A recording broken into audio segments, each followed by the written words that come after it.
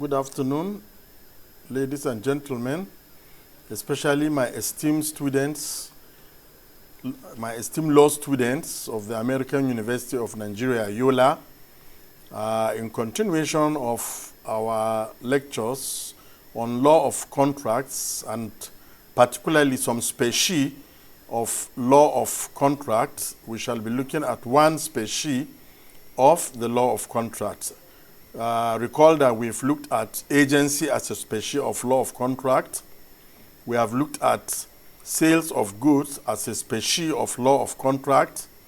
Today we shall be looking at employment as a species of law of contract. In other words, we say employment contracts are also contracts, or whatever employment agreement or relationship you enter into a person, they are guided by what? The law of contract. We'll first define what employment contracts are. Employment contracts are contracts which govern the legal relationship between employers and employees, outlining the terms and conditions of the employment. Now, why is it relevant that we should have a contractual relationship that is governed by law of contracts in terms of employment? Employment law is crucial for understanding the rights and obligations of both employer and employee in the Nigerian workforce or in any country per se. So it is very important and relevant in law of contract that employment contracts are governed. You understand the employment contract and the relevant laws guiding employment contracts. And more importantly, the fact that they are a species of what? The law of contracts. So the applicable laws in Nigeria with regards to law of contracts are the Labor Act, the Employees Compensation Act, the Trade Union Act, and the National Industrial Court Act. Now, these are statutory instruments that govern the relationship between an employer and an employee. And as I have said, they are essentially being law of contract. They are guided by the law of contract. And it is important that we understand the fact that they are a species of the law of contract. So consequently, the relationship between an employer and employee are supposed to be within the framework of the law. Now, we also have judicial authorities. We have so many cases which we will discuss in the tutorial class that go to support the assertion that employment law is to be guided by the law of contract, although employment is essentially law of contracts. So the courts have interpreted and applied these principles of employment contracts, which go to support that they are basically law of contracts. Mind you, we're looking at them from the framework. We are not going deep into the labor law or employment law. No, we are only looking at employment as a species of contract. We are looking at labor law as a species of what? Law of contract. Now let us look at the formation of the employment contracts. Just like our normal contracts, most of the elements that we have discussed in the foundation of the law of contracts are applicable in labor contracts with a few exceptions. Now we have offer and acceptance, in which employers make offers of employment and employees accept the terms and conditions offered by the employer. Now, there are also terms of the employment. Just like in contracts, we have terms. So in employment contracts or labor contracts, we also have terms. Employment contracts should clearly outline terms such as the job description, the salary, working hours, and other conditions of service. Now, we have also written and oral contracts. Just like in normal contracts, we have written and oral. So while written contracts are advisable, oral contracts may also be enforceable, especially when the parties conduct themselves as if a contract exists. You can recall, we say contracts could be inferred by conduct. So these are some of the situations where the contract can be inferred by conduct. Now let us look at the terms and conditions of employment.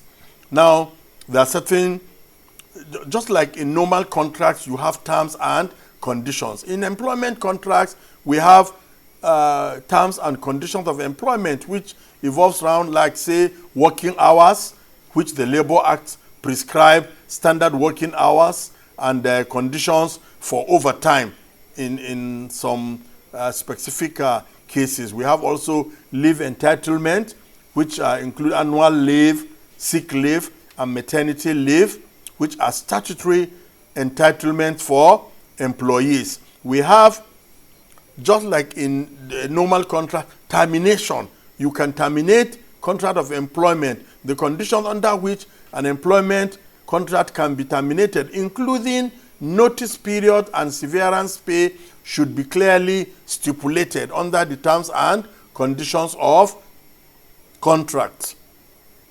Now, like in normal contract, we always say we have rights and obligations. In the same vein, employee obligations and rights are also enshrined in employment contracts. With the rights of an employee, for instance, he has a right to a safe working environment, right to join a trade union, right to receive a written statement of terms and conditions of his employment. And of course, he has also obligations, because if there are rights, there are also obligations. These obligations include duty of loyalty and fiduciary to the employer. The employee must display or demonstrate loyalty and honesty to his employer, and then he has to comply with maybe company policies and procedures wherever he is. There's also the issue of discrimination and harassment. Under this, the law, just like in normal contracts where certain things are prohibited, in employment law, we have prohibited grounds. For instance, discrimination and harassment. These are prohibited grounds. Under employment decisions, that employment decisions which are based on race, gender, religion, or disability are prohibited. In the same vein, harassment in the workplace. Employers must take measures to prevent and address workplace harassment. We also have dispute resolution. Just like in normal contracts, again, we have disputes. Definitely disputes are bound to arise between the parties. So how do you resolve such a dispute? So grievances procedures are all there, where the employers should have mechanisms in place for resolving employee grievances. We have also industrial relations, where the National Industrial Court adjudicates dispute arising from employment contracts. And it is important to emphasize the fact that the Industrial Court has absolute jurisdiction to entertain industrial matters, employee labor related matters, to the exclusion of other courts. It is very important that you understand this point. Now, in conclusion, we have to recap that employment contracts govern the relationship between employers and employees, with statutory and judicial authorities shaping the legal framework. Also understanding the formation of contracts, the terms and conditions, rights and obligations, and disputes resolution is essential for both employer and employee. Now, the importance of employment law is very crucial, as I have said.